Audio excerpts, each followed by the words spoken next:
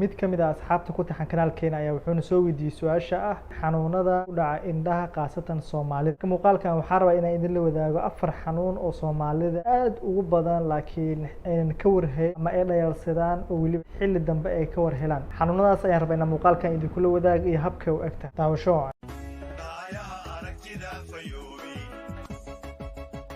mar kale waa aniga oo Turxiya u barateen muuqaalada ku saabsan indhaha ay arag hadii taa markuu qorayso muuqaaleen daawatid subscribe sidoo kale like noo sar hadii aan naga mid xanuunka koowaad oo indhaha ku dhaco oo waliba Soomaalida aad ugu badan ayaa wuxuu noqonayaa caadka indhaha fuula ama cataract. Marka hore waxaan rabaa inaan soo qaato muuqaal ahaan qofka aragiisa u fiican yahay sidoo uu egyahay waa sida markii xoogaa uu araga caadka soo weeraro waliba cataract loo yaqaan xilli hore aragiisa madana wax isbedel weyn kuma imaanayo. Calaamadaha marka qofka uu dareemayo waxaa kamid ah in hareeraha iftiinka in ay xoogaa iftiin birbiriq yar ay yeeshaan marka qaarna meelaha iftiin ka jiro kale in ay wareeg yar oo iftiin zaid ah uu dareemo ama markuu banaanka u baxo kale inuu dareemo in xoogaa yar iftiin yar leedahay markii ay habeen tahayna nalka inuu ku arkayo wareeg inuu ku wareegsamayo iftiin. taasna waa calaamada koowaad ama xanuunka koowaad oo ku dhaco Soomaalida khaasatan oo cataract loo yaqaan. adduunka intiisa kale ku dhaca laakiin Soomaalidana aad u badan raba inay ogaadaan. markii caadka uu sii batan wuxuu noqonayaa qofka aragga uu arkayo waxay tahay sida qiic indhaha laga furo kale oo shuwaax ay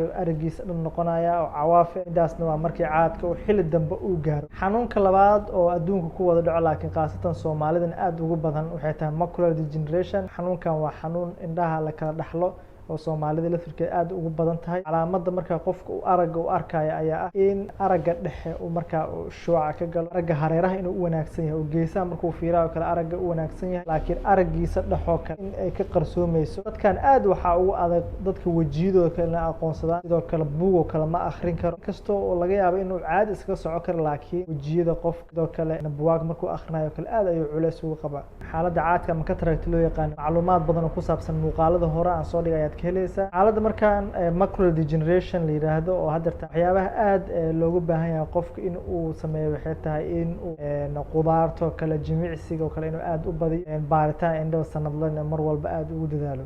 xanuunka saddexaad waxay tahay glaucoma ama biyo Soomaalida ay dhahan biyaha indhaha ku furma. waa xanuun aad gacan ku ugu haya Soomaalida. aragga uu saameynayana waxay tahay aragga hareeraha. tii hore oo macular degeneration wuxuu ahaa aragga dhexe u ahaa laakiin xanuunkan glaucoma la yiraahdo aragga hareeraha uu saameynaya. waa xanuun inta badan Soomaalida xilli dambe ay fahmaan oo la rabo in xilli hore ay ka warhayaan maadaama xanuunkan neerfaha uu tartiib u dhimanayo marka sii dambeeso xilli dambe aan fahantin aad u adkaan. macluumaad badan oo xanuunka ku saabsan muuqaal hore oo sameey ayaa ku jira oo aad ka daawan kartiin. qisada ugu dambeysay aan ka hay xaaladan waxaa kamid bukaan xaaladan lah oo markaa xaruntii ugu soo booqday inta badan cabashada uu ka muujinay hadalkiisna wuxuu ahaa markaan salaada ku jiro qofka garabkeyga jooga midig ma aqoonsan karin qof iga joogtay in kale ma fahmi karin. waa calaamad ku sheegayso in qofka hareeraha aragiisa aad u soo yaraatay waliba bukaanka hal il oo ahaa oo marka hore soo weerar xaaladan la yiraahdo glaucoma wuxuu ku leeyahay gacanteeda qofka jooga ma arki kari. markaan qofka way u fududahay inuu fahmo in cilad jirto